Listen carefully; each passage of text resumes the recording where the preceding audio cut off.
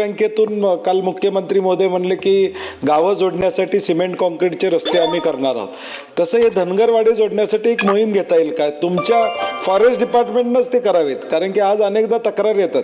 आता कोल्हापूरमध्ये शाहूवाडी असू दे, राधानगरी असू दे, गगनबावडा असू दे, सगळीकडे धनगर जायला रस्ता नाही. परवा एक बातमी आली, 5 किलोमीटर 3 किलोमीटर जवळजवळ पेशंट खांद्यावरनं या ठिकाणी घ्यावं लागतं. तर फॉरेस्ट डिपार्टमेंटनंच जबाबदारी घेऊन यामध्ये काय करता येईल का, हा माझा स्पेसिफिक प्रश्न आहे. काल विधान सभागृहामध्ये अर्धा तास चर्चेच्या अनुषंगाने मी काही माहिती सभागृहात दिली.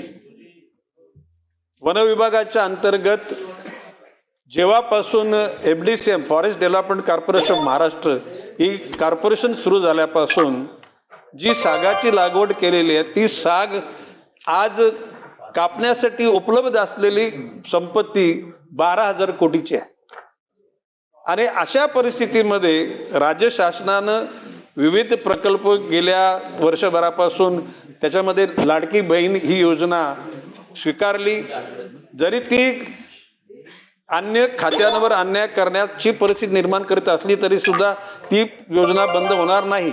परंतु मी त्या ठिकाणी आमच्या खात्याच्या अधिकाऱ्यांना सांगितलेलं की या 12,000 कोटीची संपत्तीच्या अगेन्स्ट एखाद्या बँकेकडून 6,000 कोटी रुपये आपण कर्ज घ्या आणि थिनिंग करण्याच्या परिस्थितीमध्ये जी लाकडं येतात ती लाकडं विकून त्याचा व्याज निश्चितपणे दिला जाऊ शकेल.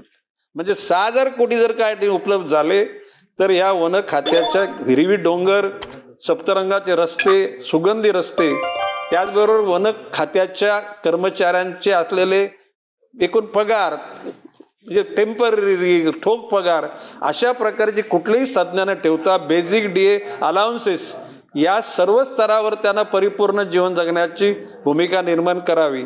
त्याचबरोबर असलेले RFOचे ऑफिस, DFOचे ऑफिस, वन खात्याचे असलेले रेस्ट हाऊस, पर्यटनाचे क्षेत्र वन खात्याच्या माध्यमातून या सर्वांकरता हा पैसा वापरला जावा. आणि त्याकरता लवकरच माननीय मंत्रिमंडळासमोर हा प्रस्ताव ठेवला जाईल. त्यांची एकदा मान्यता मिळाल्यानंतर मी मगाशी प्रवीणजी दरेकरांनी सांगितलेली भूमिका आहे की बाबा अशा प्रकारच्या वाड्या वस्त्यांमध्ये म्हणजे वन वाड्या वस्त्यात त्याचं स्थलांतर करण्याकरता सुद्धा हा पैसा वापरला जाईल.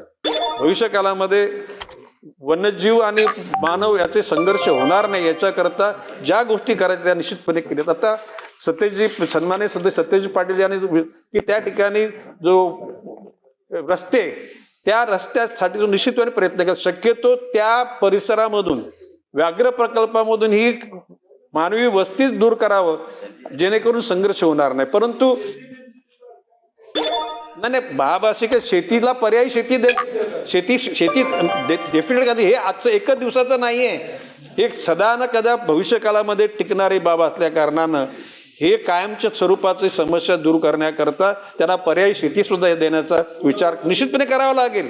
की तात्पुरतं म्हणजे प्रश्नाचं उत्तर देणं निश्चित नसतो, नाही तर समस्याची कायमची सुटावी असा विचार शासनाचा आहे. प्रश्न क्रमांक CEN न्यूज, देश प्रदेश की ताजा तरीन खबरों के लिए CEN न्यूज को सब्सक्राइब करें और रहें पल पल की खबर से हर पल बाखबर.